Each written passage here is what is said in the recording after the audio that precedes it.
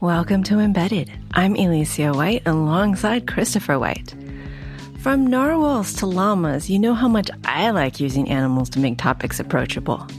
This week it's going to be pandas. Jie Qi is here to talk with us about patent pandas. Hi, Jie. Thanks for joining us. Hello. Thanks so much for having me here. Could you tell us about yourself?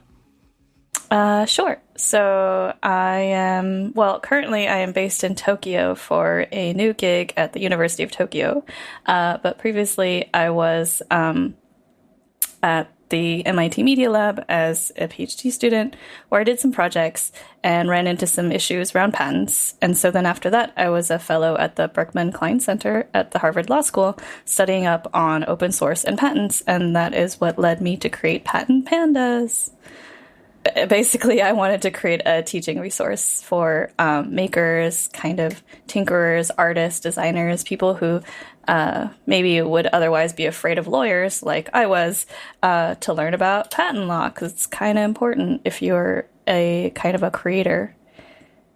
Cool. And so we'll be talking about that. And you also started Chibitronics, right? The circuit stickers? Yes. So that was actually my PhD research project turned into a company. So it's a company that produces toolkits to teach electronics and programming using arts and crafts. So to make it more friendly, accessible, and interesting to kids, designers, artists, people from non-technical backgrounds, to start playing with hardware as a means to express themselves and create things. So that's what Chibitronics does. And Chibitronics is actually what led me to Patent Pandas as well. We'll get more into that. But we want to do lightning round first. This is where we ask you short questions and we want short answers. And if we're behaving ourselves, we won't ask why. Okay.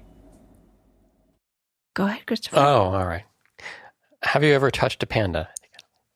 No, that would be so nice, though. I'm not sure people are allowed to touch pandas. So, what is the most exotic animal you have touched?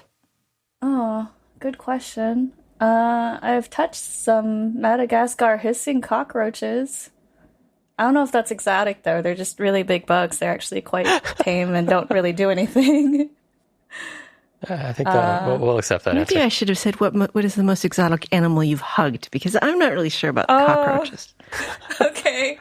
Oh, but it's okay. I have to think about this one. Okay. Yeah, I don't know. Favorite weight of paper? Favorite weight of paper? Oh dear, I should really. I'm showing my lack of nerdiness here. But I guess I like a super thin kind of paper that's also very strong. So I don't know what the weight is, but if you go to like a paper store, they have a lot of handmade papers where the fibers are super thin, and so the paper is thin, but because they're not made by a machine, the fibers are arranged in like random ways that creates better linkages. So the paper is super duper strong, even though it's very thin and lightweight. I don't know what's, I guess washi paper. It's one kind of Japanese paper that could be like that. Oh, cool.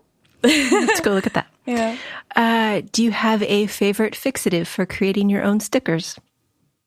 Favorite like adhesive? Yeah.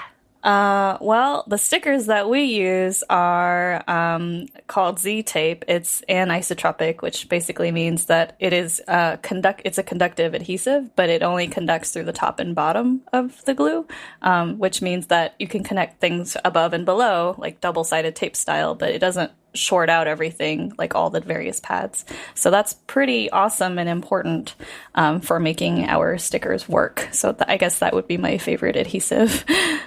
Tokyo or Boston?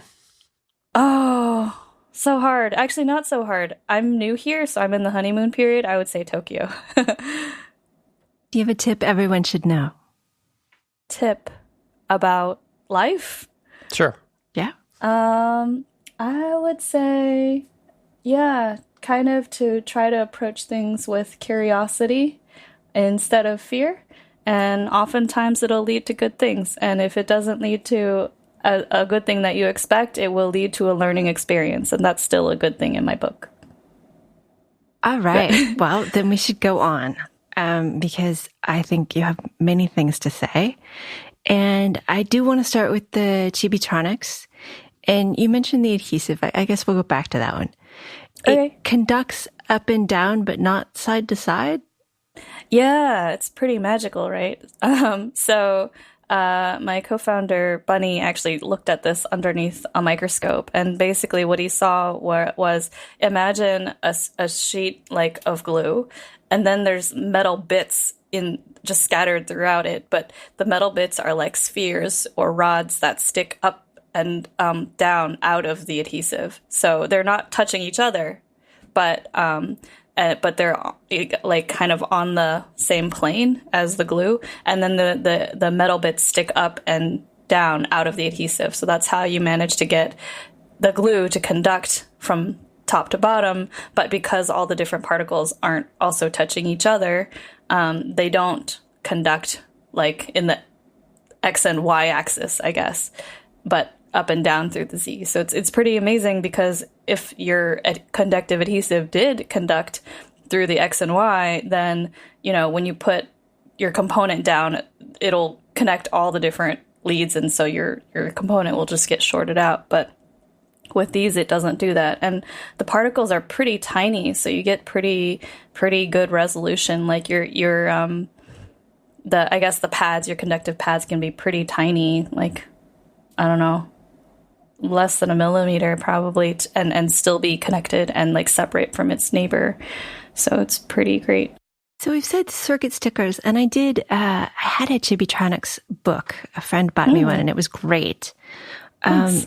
And it was like copper tape, and you could make circuits.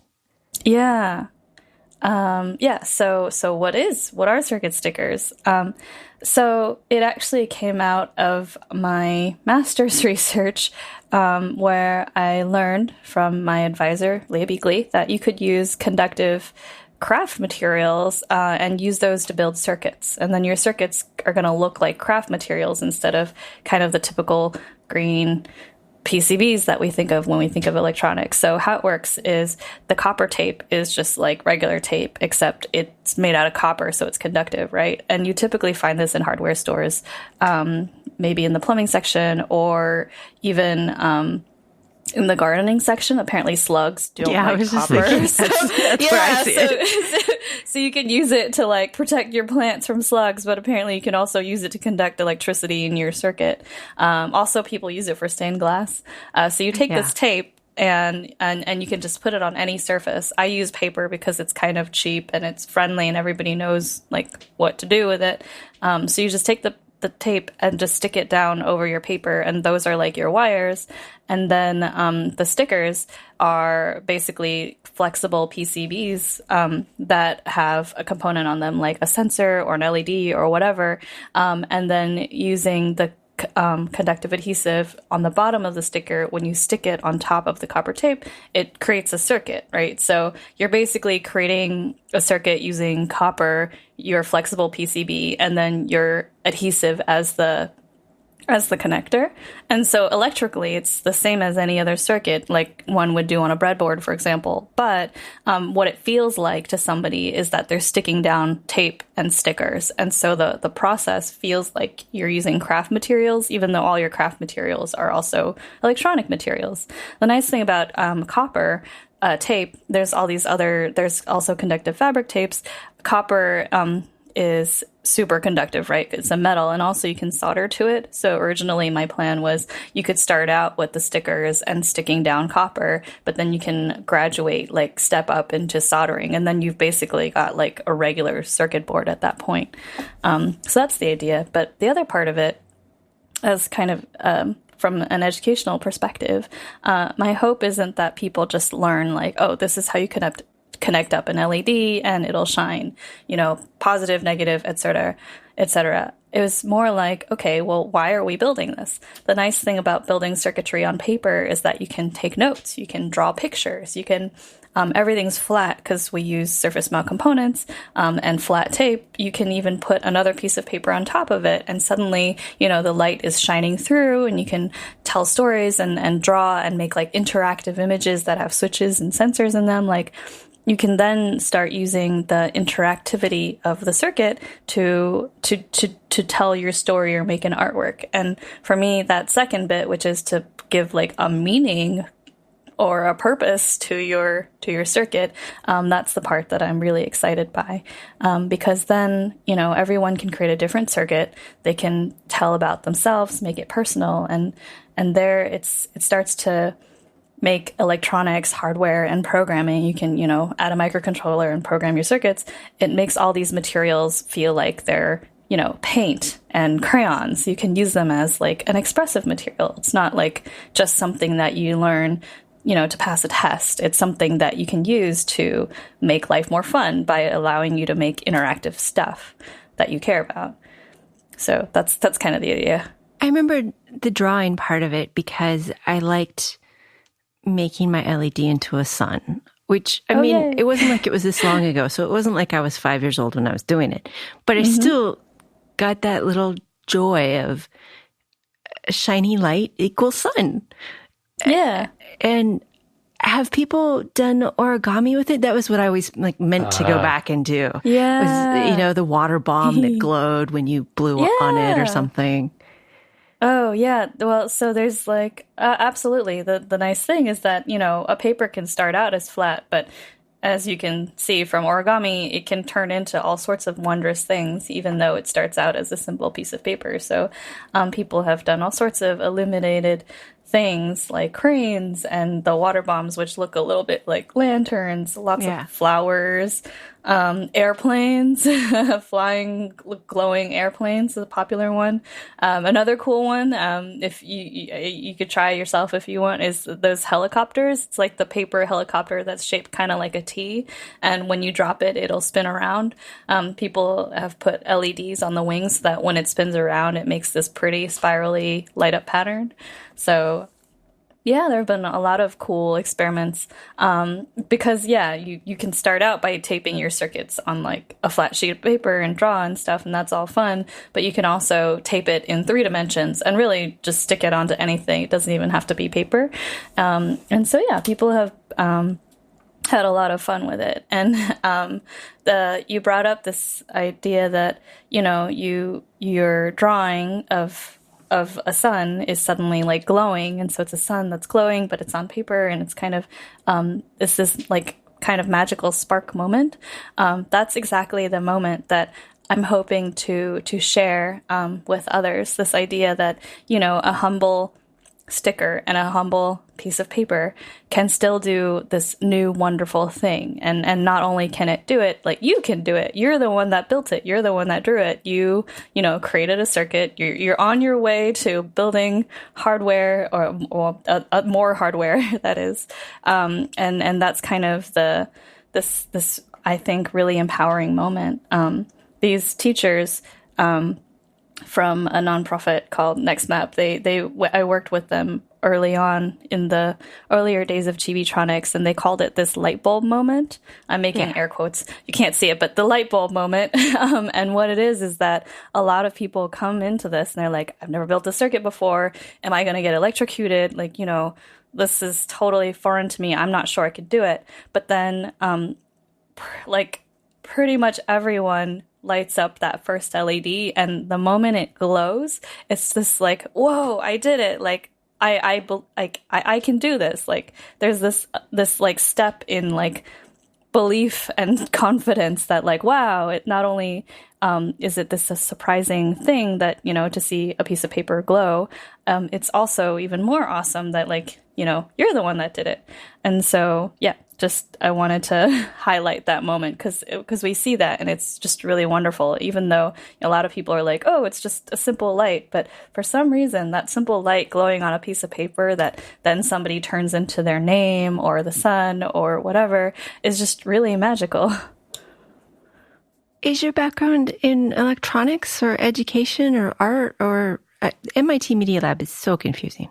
Yeah, I agree. It's still confusing to me. So my undergrad is actually in mechanical engineering.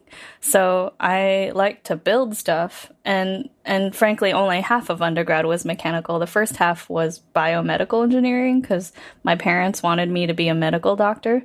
Like to say the joke's on them. I became a doctor, but like I have a doctorate anyway. But yeah, so my whole journey has been extremely winding and non-linear, I would say. So from biomedical engineering to mechanical engineering, I switched because I realized I wanted to build stuff and be expressive. And from what I can tell, you can only be so expressive when it comes to treating humans. Like, you have to be creative, but expressive and personal is a different thing altogether. So, I switched to mechanical because the mechanical engineering students got access to the machine shops. Yeah. That was my motivation there. And then during that time, my junior year of undergrad, I heard about Aya Badir's work. So Aya is an artist who does art with technology, and she's an alum from the Media Lab. And at the time, she was in New York. She was an artist in residence at IBEAM, this art and technology center, and she was just looking for interns. So I basically begged to be her intern, and I ended up working on Little Bits, which is this modular electronics toolkit that snaps together with Legos. Yeah, I was like intern number 2 or something, and that's how I learned to solder and started to get into electronics. So Aya was the one that introduced me to this, and then she introduced me to the Media Lab through my then advisor, Leah Beakley. And then I went and did an internship there. And Leah was the one who introduced me to papercraft and electronics. So I'd been a paper nerd like all my life. And I had a background in engineering because I like building stuff. But Leah was the one who kind of taught me that I could combine both of them by making, electronics out of paper. And so that's kind of where that started. I made this pop-up book that had lights and sensors and stuff, but everything was made out of conductive paints and conductive tapes and paper. And so, even though it had all these different kinds of sensors in it, they looked like, like stars or flowers or skyscrapers, instead of kind of squares and rectangles and circles, which is what we typically think of as sensors. And that kind of blew my mind because it was like, oh my gosh, these two things that I really like just came together in this magical way. And so I've been kind of experimenting with paper electronics ever since. But part of that process was, I enjoy this. Who else might enjoy this? So that's when I kind of also started doing workshops and sharing with others. And that was kind of what led me into the education realm. And so I guess the very long-winded answer is that one thing led to the next, and it grew kind of organically, but I never really planned to be an electrical engineer or an educator or an entrepreneur for that matter. But they all kind of flowed one to the next, with a purpose. I wanted to share, so I started teaching. I wanted to share my tools, so I became an entrepreneur. And then law followed after that, but I guess we could talk a bit about that later. I've seen some of your light up pop-up books, and you mentioned the sensing technology, but they looked, how sometimes you see a movie or a cartoon and it goes from a flat book and then it pops up like you'd expect from a pop-up book, but then it gets colored and it becomes beautiful and then it becomes part of the world. And now the cartoon has gone from flat to 3D. That was kind of how it looked, like it was in the process of going from a book to a world. How did you achieve that? Well, thank you. I was like, that's such a poetic way to describe what I made. Thanks. So, it wasn't really planned. So the book was originally basically an assignment. My advisor, Leah, asked me, hey, I know you love paper. Can you figure out how to make some sensors out of paper? And so when I first started, I made some switches that looked like, squares, like the ones on your keyboard. And then they worked, and I was like, okay, well, I did that. But then at some point I made I think it was a flower. I think that was the first one. I made a flower that was also a switch that used like a pull tab from a pop-up book. And then I was like, oh my God, I can make switches that don't look at all like switches. This is so fun. And from there, basically the first page is all flower themed different kinds of switches.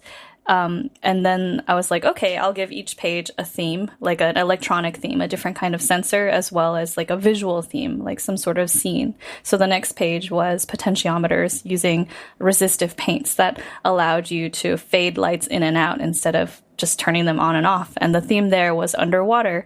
And so basically I went from one page to the next with kind of a different sensing mechanism that I wanted to explore, like pressure sensors or actuation using shape memory metals.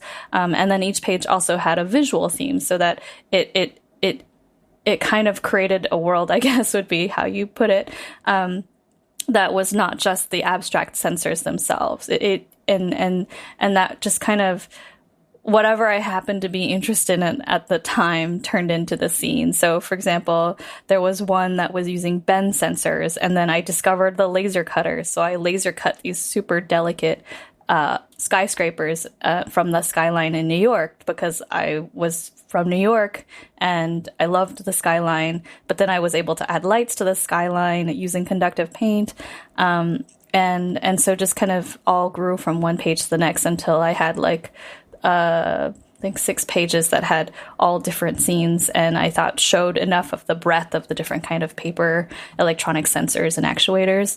And then that was the book, and that's kind of how it came together. It just kind of, the process of making that pop-up book was actually, it was like one of those defining moments in my life, I took this course that kind of helped you think about yourself as a human, and we have various moments or experiences in our life. Sometimes they are super positive. They change the course of our life in one way. Sometimes they're super negative and they change the course of our life in another one. But they're these defining moments that kind of you think back on, that you're like, wow, a bunch of my decisions came out of this moment. And making this book was exactly one of those defining moments for me, because at the time I was just playing. It really was falling in love with what I was doing, because I happened to love paper and I happened to love like electronics and engineering, and they were coming together in my, before me, in a way that I had never seen before, and in a way that I think most people haven't seen before, because it was a research project, and I just kind of fell in love with it, and I've been doing it for the rest of my life. And now sometimes it can feel like work, sometimes it'd be really challenging, but at that time it was just like, this is amazing. I can't believe I get to do this. And I've, in some funny way, been kind of chasing that creative high ever since. So I don't know. It's a very, very meaningful project for me. And it led to going to Google to talk to other people about it. Ah, yes. that's where the story gains a bit more dimensions and some more soul. So a bit of foreboding music. Yes. Yeah, things don't ever stay simple, but interesting. They become interesting. So, I took, I have been, and I continue to be really obsessed with how can we tell stories in new ways, especially with physical objects. And that was an interest of a group at Google at the time, a small subset called ATAP, Advanced Technologies and Projects, I think. And they were also very interested in storytelling with new technologies. And one of the projects they were interested in was augmenting the physical book. And so I first met with someone. They came to visit at the lab, and I shared with them some of my work, and they were like, "Oh, you should come visit us sometime." And I was like, "Okay, cool." So they invited me over, free trip to San Francisco during spring break. I visited and toured the office, and then I showed them, my work in the pop-up book and some other things involving books and electronics. And throughout the course of the day, it quickly I realized it turned into an interview, and I was thinking maybe I could like do an internship over the summer.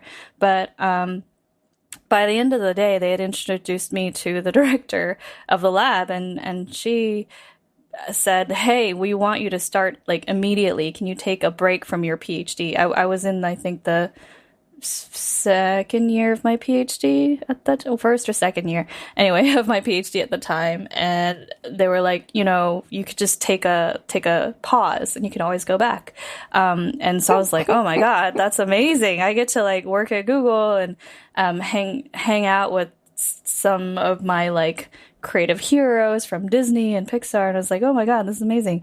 But then I, had to think about it, and I talked to various people around the lab, and in the end realized like, I should maybe stay in school. This is very sudden, and like finish out my degree. I had also just was doing Chibitronics at the time too, and so it was just so much to just pause everything to work on this project, which was on a very tight timeline. They had like 2 years to do the project. And so I ended up turning down the offer and saying, but hey, I can come back, for an internship or something. And I did actually ended up going back to do a workshop with them on paper circuits and Chibitronics. That was fun. But then that was in 2014. 2016, I found out in, I think, March that some of the same people who had interviewed me and offered me the job had also taken out a bunch of patents on books and interactivity, and even especially pop-up books. And that just, they were patents on things that we had discussed, on things that other people had also already done. And it was just this like scary, sad, surprising feeling that, these people who I would have been so excited to work with could then, go and take out patents on the kind of things that we had discussed. And, I was really scared because I didn't know how patents worked at the time. And I was really scared that like this was my work, like a huge part of what I'm excited to do is this stuff. And so if it gets patented by Google, does that mean I can no longer do these things? Like, so I was really scared at that time. And that was when the pop-up book came back into my life in a totally different way. Yeah, when you hear about patents and people stealing intellectual property, it's often the other way. Like, somebody took something that I had patented and they're stealing it. But oftentimes it's this way. It's somebody patenting something that you've done and locking it down. Yeah. And it seems like there's not a lot of recourse a lot of times, or at least there didn't used to be.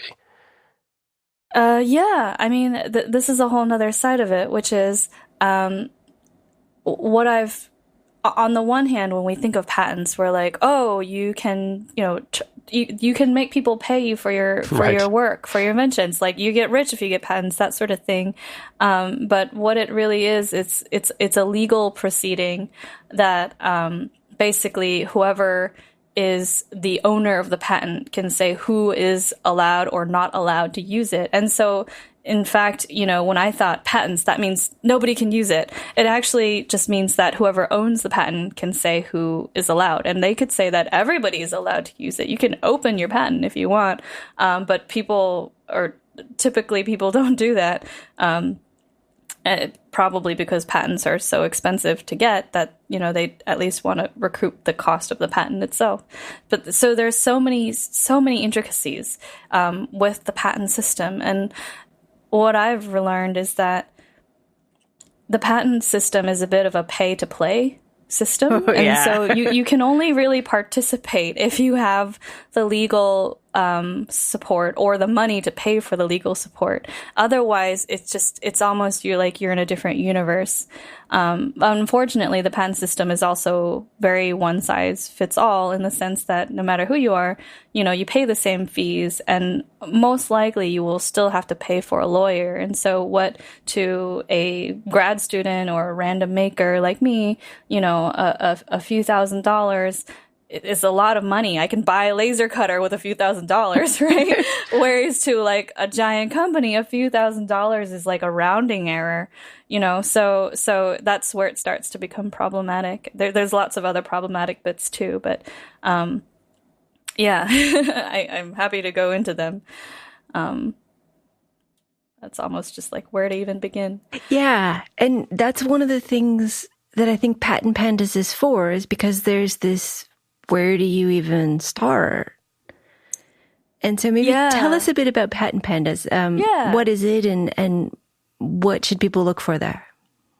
Yeah, so I made Patent Pandas as a result of my kind of run-ins with patent law. So to give a little bit background that ties all of these stories that we've been talking about all together, two things happened. So first, remember Chibitronics, our circuit steers toolkit?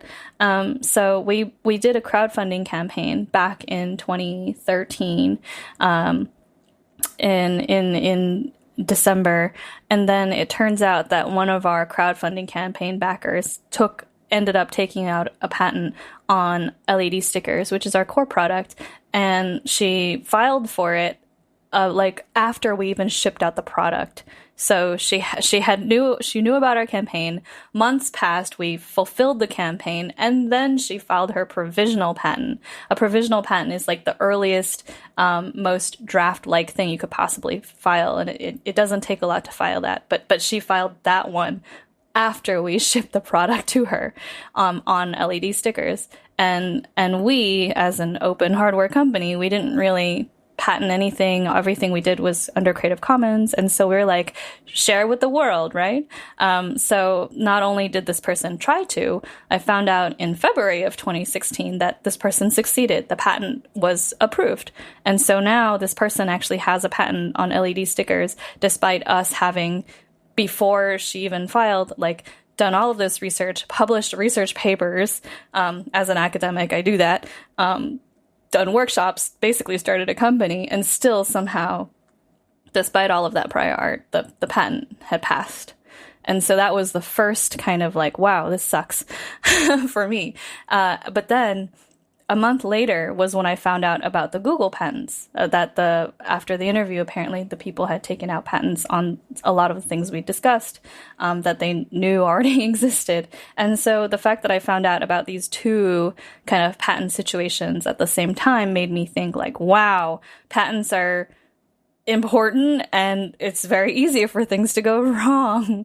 My original assumption was like, oh, patents, that's just for people who, I don't know, are greedy and want to make money.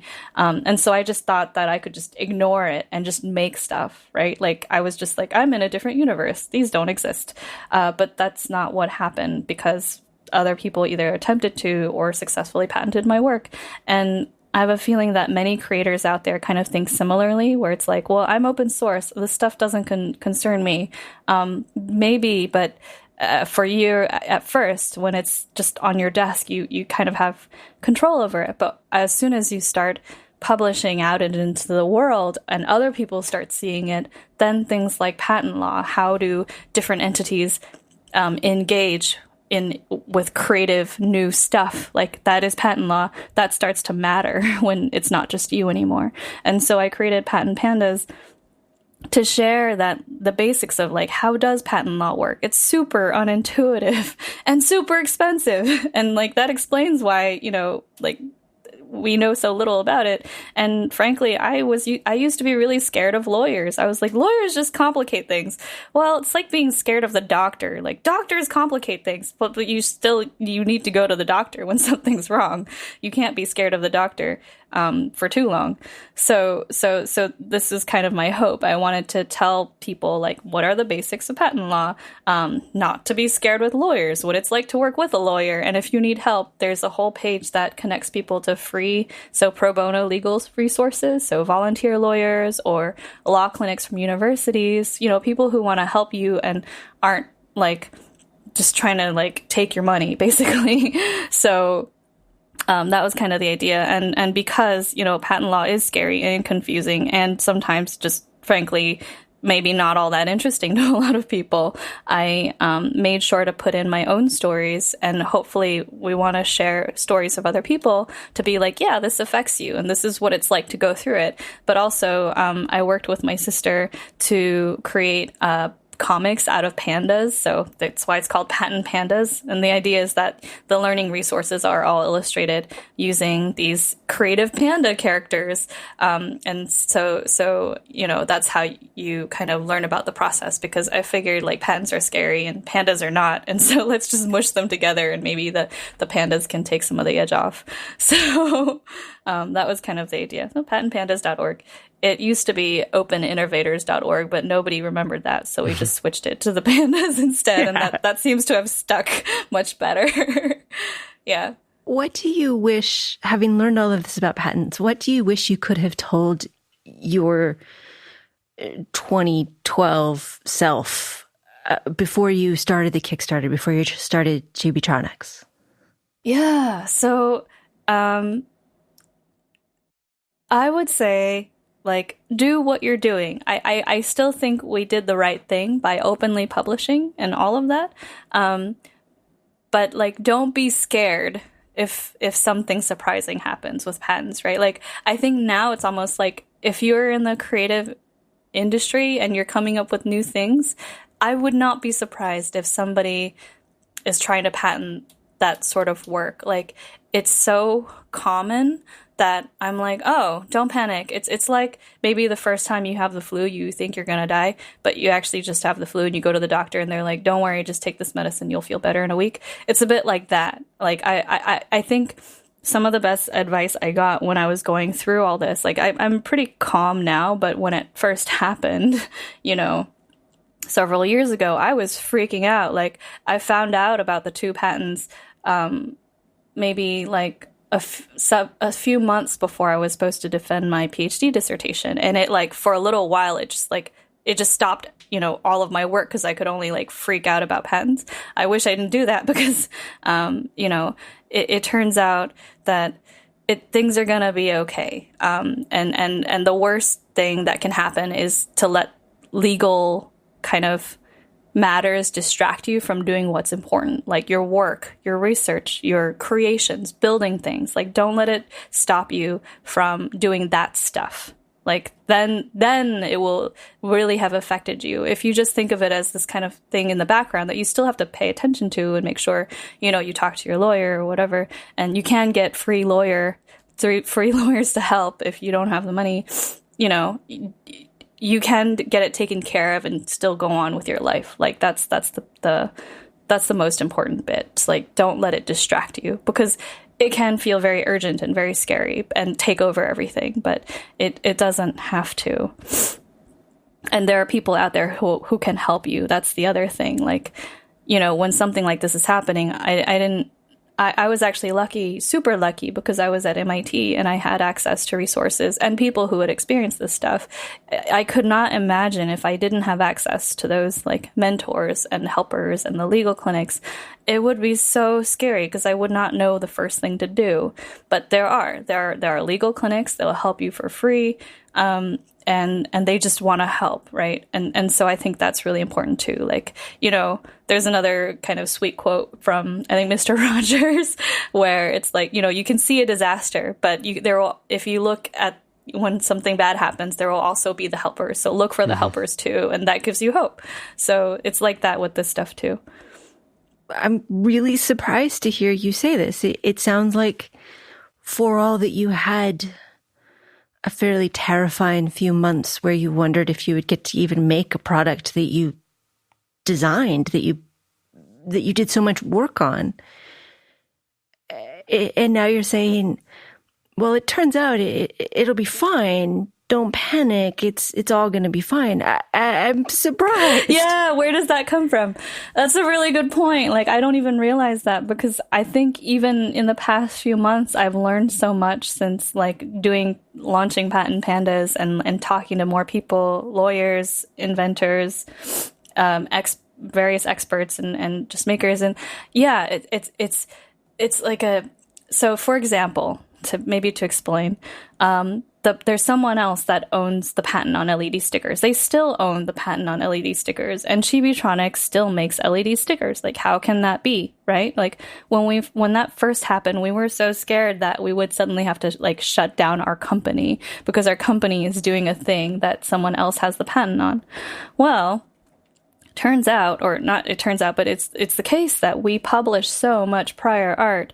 My research papers, our crowdfunding campaign, we had articles in Wired, like so much proof that we were doing this before the patent happened, that if this person ever tried to enforce their patent, like they would have to take us to court to make us stop, right? If they ever took us to court, it would be very easy for us to say, hey, this patent is invalid. Here's the proof. And then we have so much prior art because we were very open about our work that we would, I think, be able to invalidate the patent if it came to it. So then the question is, why don't we just invalidate it now?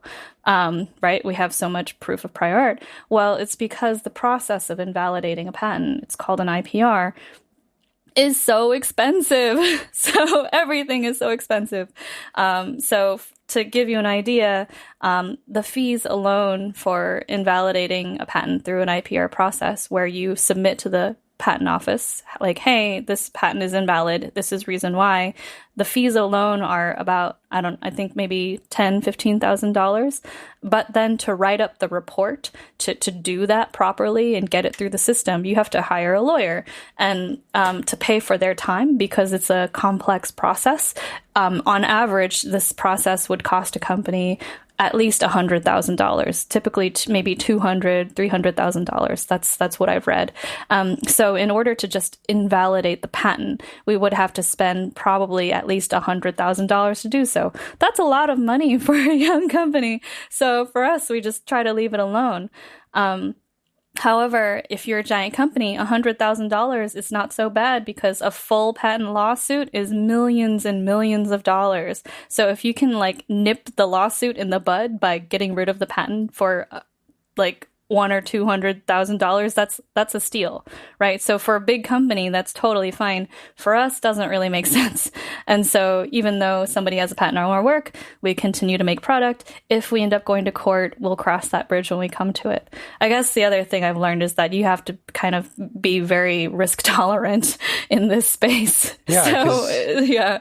It still sounds scary, right? Because you're in a position terrifying. Where you said we have all the prior art, we have documentation that it would be easy to invalidate in court, but you still have to go to court, which still potentially, I mean, you still if you win, do you get attorney's fees and things, or are you still out a bunch of money even if you win? Oh, yeah. See, that I don't know, right? I haven't actually gone to court, so I'm definitely not an expert in that process. I think it will cost a lot of money. So it's still scary. Again, it's one of those, we'll cross that bridge when we come to it. But on the other hand, like the other person will also have to pay a lot of money. So it's almost like, well, I guess if to even engage, like they will also mutually assured destruction. And so detente, it's like it has to be worth it for them too, which I don't it's looking kind of grim for them. So it is this kind of situation where it's like, why would they take us to court? It would cost so much money, and the likelihood that they will succeed is so low that people take people to court, at least my understanding, typically to make money, not to lose it. So, that's kind of the situation. Well, the patent holder, if they lost with you, would invalidate their own patent. And therefore, if they have anybody else who is licensing the technology, they lose that income as well. Oh, yeah. Yeah, absolutely. And frankly, if anybody was to license a patent, they should do their homework and see if the patent's any good, right? Like, I mean, I don't know. This is now all of this is my opinion. I'm certainly not a lawyer, and frankly, definitely not a legal expert either. But my thinking is that, like whoever licenses a patent, or if this person decided to go after someone else, they should just do their homework and be like, well, is this actually is this a strong patent? And as soon as you do a little bit of research, I think it becomes pretty clear that, there's so much prior art that it's like, how could this have passed, So, for this particular one, I think it's not completely safe, right? The fact that it exists means that there's risk, but it's such a clear case of a bad patent that I hope that takes away some of its teeth, I think. And maybe by sharing my story, whoever might get, hit by it will have heard of it through Patent Pandas or something and be like, oh, not that one. I've heard that most of the Kickstarter open hardware, open source sorts of things do end up patented by people who are not their creators. Oh, really? Yeah, it's one of those things that you go on Kickstarter and there are many people who are like, oh, Kickstarter, you must have a ton of money. And the scams just roll in. Oh, yeah. It's just, what advice do you have for them to keep track of their prior art? And does prior art really matter now that it's first to file instead of first to invent? Yeah, and here's another kind of like sad truth about prior art currently, which is that yes, we created so much prior art, but as you can see, the patent still passed. And the patent still passed because the examiner, the person that reviews the patents, did not see our prior art. Like, and basically how it works is that examiners have about 12 hours total to review the entire patent from beginning to end. And that means they're not going to find every piece of prior art. In fact, for the most part, patent examiners only look at past patents for prior art. And so you can see the flaw in the system, which is that if you don't have the money, well, they do. But I think, okay, so I can't speak for examiners. I can only say what has happened, which is that they appear to be only looking at past patents, perhaps because they're very, very heavily indexed in a way that's easy to search. Like the search process has to be super documented. When you say that something disproves some claim in a patent, you have to explain why. So it's it's an involved process to pull in prior art and make it like legally proof that therefore this idea isn't new. Like all of that is, as far as I can tell, somewhat complicated. And so there's not the bandwidth to search every academic journal, every newspaper, every et cetera, for prior art, is what I hear. And it sucks because the gatekeepers to patents are, like, as far as I can tell, probably under-resourced. And so they can only find so much. And I'm not sure why it's for the most part that, they search only patents, but that seems to be the case. Like when I looked at you can go on the USPTO website, and there's this thing called public pair, PAIR, where you can actually search patents and patent applications and look at exactly the process in which, every single step of the way, like when they submitted this, when the examiner responded, it's called an office action. You can see everything. Everything's dated. All the documents are public. And in mine, the LED stickers one, there was no mention of, like, in the actual examination process, the person who filed didn't even submit any prior art. The examiner found all the prior art, and all the prior art that the examiner found was just prior patents. Like, it was just a poor, fast review. And I think that's just often the case. But bringing that back to Kickstarter and stuff, like, yeah, unless you have a patent on your stuff, it's very possible that they won't see all your newspapers and journal articles and things like that, because that's not where they're looking. But there's a silver lining. The more prior art you make, no matter what kind it is, as long as it's published and has an official date to prove that it came first, you can always use that in court, right? It's still useful later on to prove that yours is, the first, if that was what happened. And a quick trick, if you wanted to make a prior art quickly, you can post a page online and then use the Internet Archive, just archive.org, and submit your web page, and they'll make a copy of it, and that'll give it an official posting date. And you can use that. Lawyers use archive.org as web, like, as digital prior art. So if you want to make prior art, just do that. But anyway, so it's still useful. And, you know, so even if the patent passes, which makes life scary and difficult, you still have the power to defend yourself in court later on. You also have the power, and this came from a recent conversation, that even if somebody did patent the thing and you have all this proof, you can also go up to them and be like, look, if you come after me, I'm going to invalidate your patent. Or if you come after anybody, I guess, if you can somehow know, I have the power to invalidate your patent. And that does give you some leverage. Like, if you have good prior art, you can go directly to the person and say, like, I have proof that will make you lose this. And that is real leverage. So, like, not all hope is lost. Are you familiar with Patents.StackExchange.com? Yeah, so actually I didn't know about it, but then when I published Patent Pandas, someone actually shared that with us. So I think it's amazing. I love it. I just checked it out. And I think, like, any community where people can ask and learn about this is awesome. And in fact, Patent Pandas is slowly improving. I am one human, and we are a tiny team, but I'm hoping to make a place of links to other resources on the web, like the Stack Exchange page. Because I think, yeah, every avenue in which people are able to learn is good. I guess the only problem is that, and even I suspect for Patent Pandas, I feel like people typically only look at this when they're in trouble. Yeah. So, you know, the dream is, how do you make this stuff interesting enough that, like, you can do some, like, preventative care, you know? So yeah, but I think it's great, and I hope that there can be more out there. And the other thing I will share is that when I was kind of going through a lot of the scary patent stuff, you know, the first thing I turned to was the internet. And I feel like most of the stuff that I saw was either, like, super in legalese, so I wasn't quite sure what it was saying, or it was super, like, basically just trying to sell me a service. And so I just couldn't tell what I could trust or not.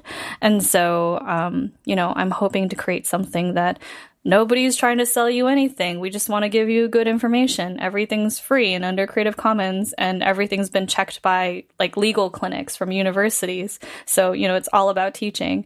That's kind of my goal here with Patent Pandas too. Okay. Your website is going to get reviewed by legal clinics, which are usually free, but not always. So they have been. So everything we post online has been reviewed by a law clinic. So the Harvard Cyber Law Clinic, the USC Law Clinic. Oh gosh, sorry, it's fine. I mean, people can look it up online if they want to know. Yeah. So basically, everything we post has been reviewed by a lawyer and a law student, and so it's all good information.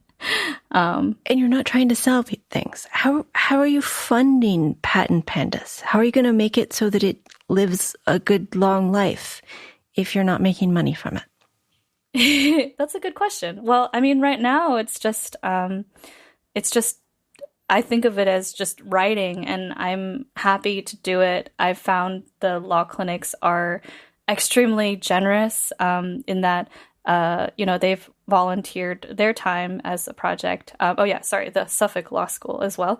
And because for them, it's a way to teach their law students, you know, about patent law. It's kind of a mutually beneficial project.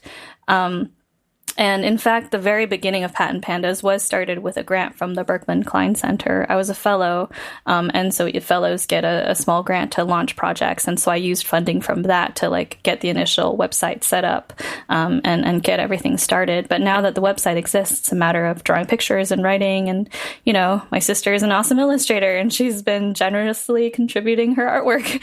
And we'll see how much, like, the hope is that, you know, we can, once we put the content up, it's mostly web hosting, which isn't too expensive. You know, as it grows, we'll kind of figure it out. In my experience as an entrepreneur, it's kind of like one step at a time. And as the thing grows, then you kind of grow your resources to go with it. But right now it's enough that we can kind of handle it on our own. with support from, again, super generous law clinics and folks who have been basically volunteering their efforts and expertise. I was going back to the Stack Exchange, Patents.StackExchange.com. There's a tag called prior art request. And we were talking about prior art, and now we're talking about volunteering your time. And I just want people to know that that exists, both because there are many people who are volunteering their time there, but also because if you are one of the people who are very against patents, and I know there are some of you out there, it's a good place to spend your time to volunteer to rip apart these patents that people post. Yeah. I guess that's very cool. We should put that on there too. It's funny. It's so, one of the questions that I've been getting is, A, would you patent your work from now on? Yeah. To prevent this stuff. And B, like, what do you think about patents? And so to answer the first question, I'm still rather just open up my stuff and make it as accessible as possible, because in my experience, collaboration makes the project grow and get better and evolve. And I want as few barriers as possible to collaboration. My approach of publishing as much as possible to create prior art and using that if I ever need in the court of law is kind of still where I am, because, like, to be honest, there's so much creative work in the world that if everybody who had good ideas also had the resources to patent them, there would be so many more patents. You could just spend all your time patenting stuff, but not necessarily make a thing that impacts somebody out in the world outside from, like, the legal fees and whatnot. And I think making projects come to life is, to me, the real goal, not securing who has, the first dibs on what. And it takes time, it takes energy, and it takes a lot of money to get patents, and those resources can, again, go toward making your project real. And that's why I still think, like, I'm for myself, I would go the, open and non-patent route. Of course, everybody's situation is different. My understanding is that if you're looking for investment, many investors will be interested in patents. Of course, that also depends on the field. Like, if you're in certain software startups, patents can also be a waste of energy, because the pace of technology is moving so quickly that by the time you've gotten your patent, which takes about maybe 2 years, the technology is already obsolete. So there, it might not make sense as much to get patents. But again, every case is different. But for me, I'm so grateful that I know this and I know what to do if, other people are patenting my things. And so I'm grateful for the knowledge that I have, because now I can, like, go to sleep at night. But that doesn't mean that I'm going to start engaging in this, because you can start hoarding patents, right? And all you have are patents instead of, like, impact in the world, in my opinion. Of course, everything is more complicated than that. And I guess that also answers the question of, do you believe in patents and things like that? I think that people who are these awesome volunteers who are helping people find prior art, helping people fight bad patents, that's super important too, because, especially some of these patents might cover super broad things that lots of scientists, lots of researchers, and lots of creators might need. And so if there are people out there to help fight this, that's great. But it's, how do I say? It's kind of, you have to kind of approach it from every single direction, because it's such a complex and massive challenge, I guess. So every bit helps. The education front, the patent fighting front, the pro bono lawyers who are on the ground, like, all of that is really important. Yeah, and I think it's like you were saying, it's complicated, because even if you don't feel like you're supportive of patents, it's really easy to get sucked into being defensive with them, right? Like, well, I don't want to patent this, but I'd better, because these other people are out there going to come after me if I don't. Yeah. that I've seen that a lot too, where it's like, well, we have to patent this because we're just protecting ourselves, and instead it becomes something a little bit perverse years later. But yeah, right. So here's the thing: if you get a patent and then your company goes under and you go bankrupt, then part of the things that anybody could buy is your intellectual property. And so that's how a lot of patent trolls get patents. They buy them from companies that have gone under, and then they use them against people, right? So there's all sorts of mechanisms to kind of be aware of. But yeah, it's tricky. One thing I will add, if for the listeners who are perhaps more like me, individual creators, as opposed to being a giant, company, patent lawsuits are the sport of kings. It's like they're very expensive, and so when I think about it, it's like, even if you have a patent, if you're an individual, like, will you even have the money to ever actually use it? I don't know, right? And then if you can never enforce your patent, what's the point of having one? So there's like all of these questions that I have in my head. I don't know the answer. That I feel like maybe leave the patents to the giant corporations that do spend ridiculous amounts of money just in gridlock in patent litigation, and then kind of as an individual, maybe don't worry about it so much. Of course, so again, like, I'm not an expert and I can only speak of my own situation.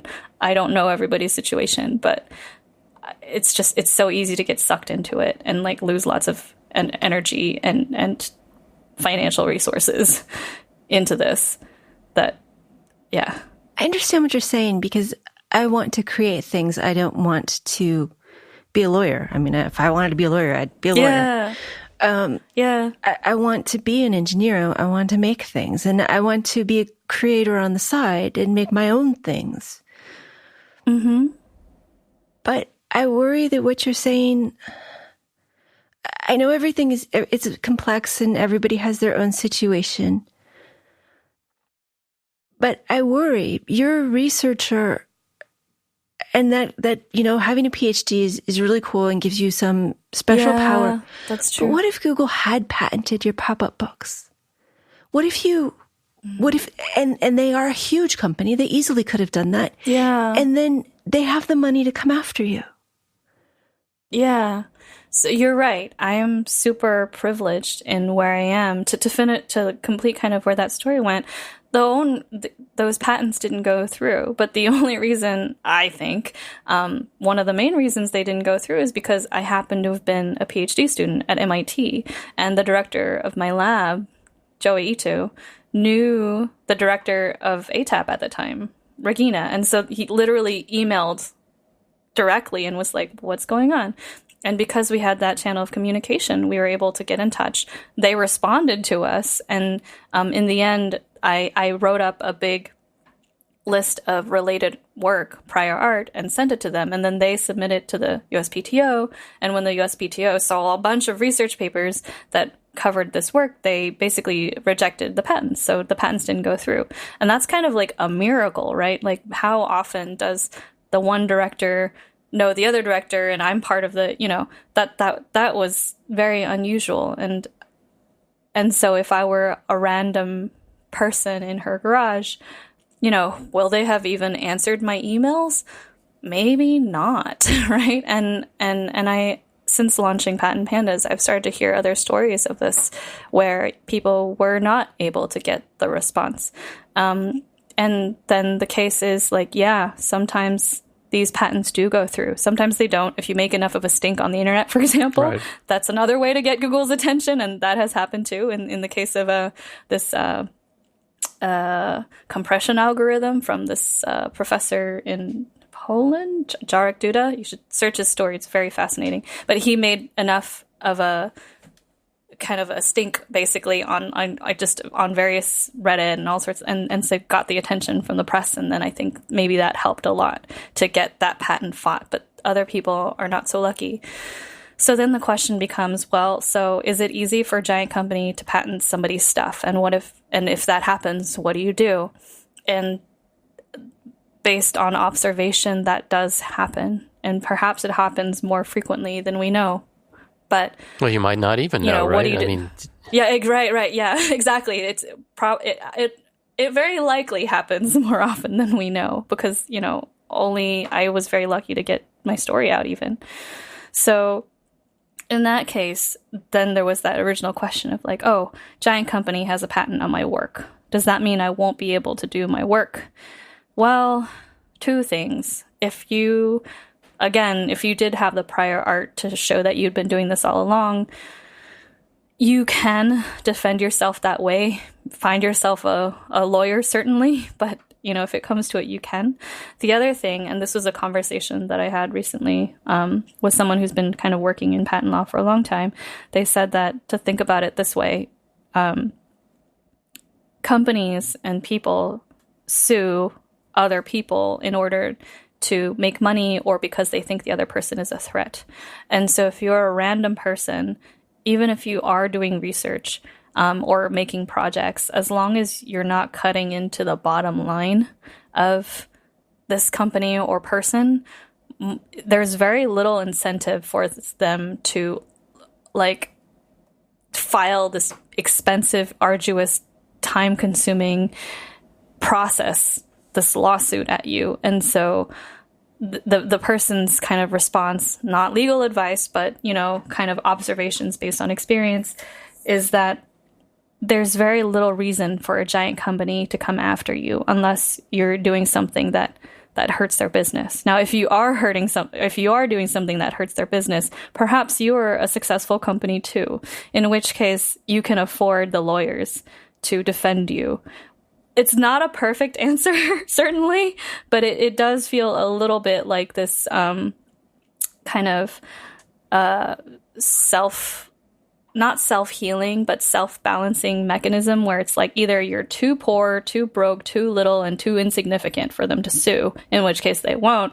Or if you are actually making an impact, you're probably big enough to afford the legal support, which is, it's not the greatest, but it helps a little bit. Yeah, and I think that's kind of the situation that I'm in. I have one more question that may be relevant mostly because you aren't in the U.S. right now. Mm-hmm. Yeah. How does U.S. patent law affect international business? That's a good question. I am certainly not an expert there, but I can share what I know, which is that patent law is confined to the jurisdiction of the law, which means that a patent that you get in the U.S. only affects stuff in the U.S. So it can prevent people from using, making, or importing the product into the U.S., but it stays there. So if you wanted protection over, an invention in other countries, you have to apply for a patent in all of those other countries. And you can see this gets pretty expensive pretty quick. And not all countries have a system that can really enforce legal protections depending on the nation that you're in. And so it starts to get very complex. So there's this process of a thing that you file called a PCT.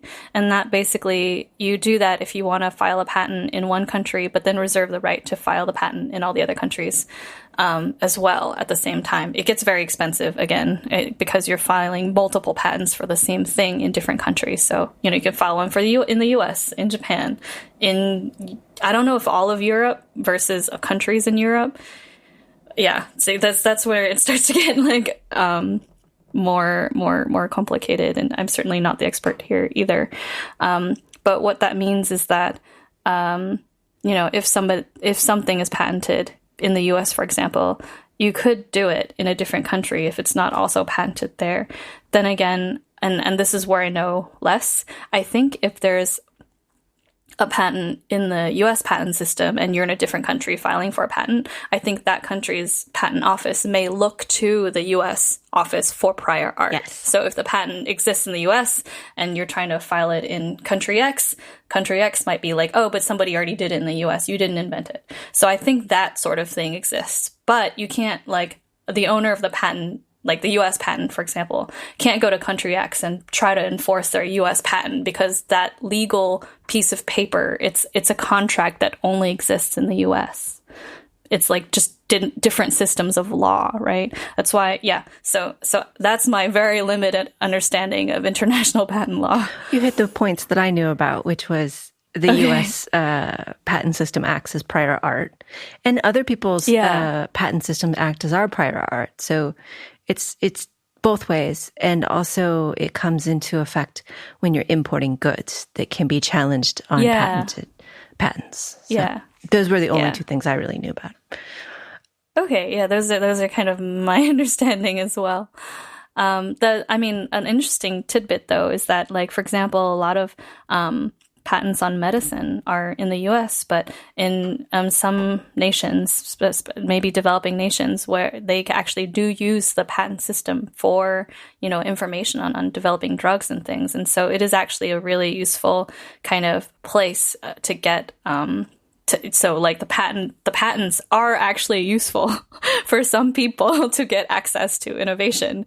In the case of like creating drugs in nations that are kind of outside the U.S. patent system and kind of, and don't have their own patent system, basically. Like if you're in a place where your nation does have a developed patent system, then I think then there is kind of the rule, the hand of the law reaches you, but that hand does not reach everywhere in the world. And so it can be a way to diffuse some innovations, but of course. Yeah, patents are so broad. The patents are supposed to be written, big asterisk next to the supposed to be, written so that someone familiar with the field could reproduce the work.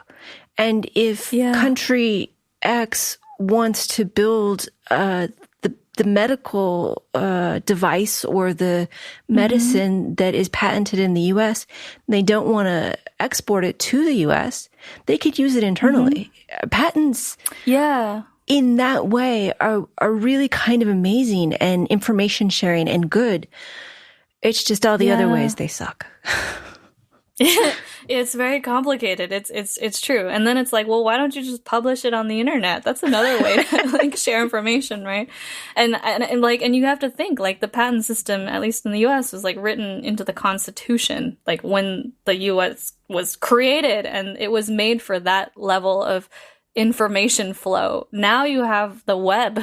It's just, there's just so different, but somehow they coexist. And I think that's where a lot of this friction comes from, Yeah, because we're used to moving fast, and there is a cultural shift of openness and exposing information, and information wants to be free. And that is changing. I mean, it's still changing really fast. So we'll see where patents end up in 100 years. Yeah, who knows?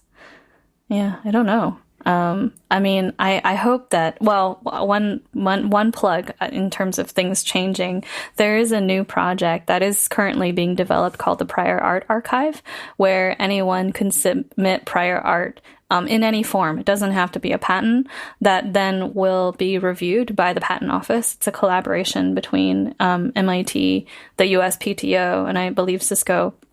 But the whole idea is that this will be another way in which people can submit prior art that will be viewed.